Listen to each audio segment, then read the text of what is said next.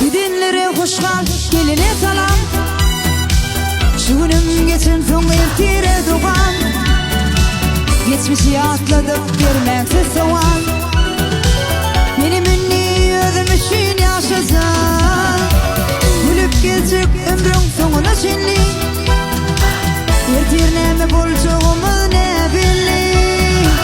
Yetek tavar kesem pür bolli.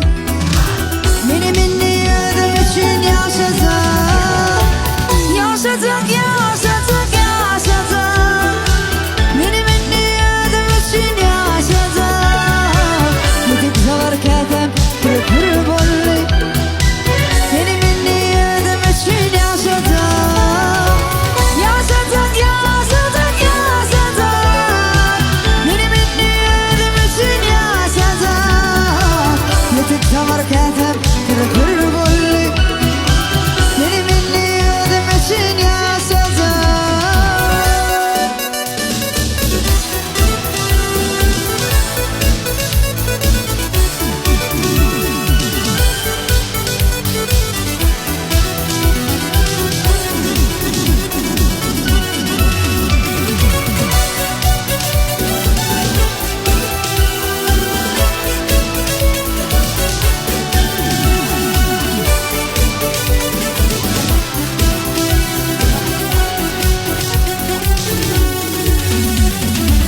Çağırdılar barıp dadına yetip.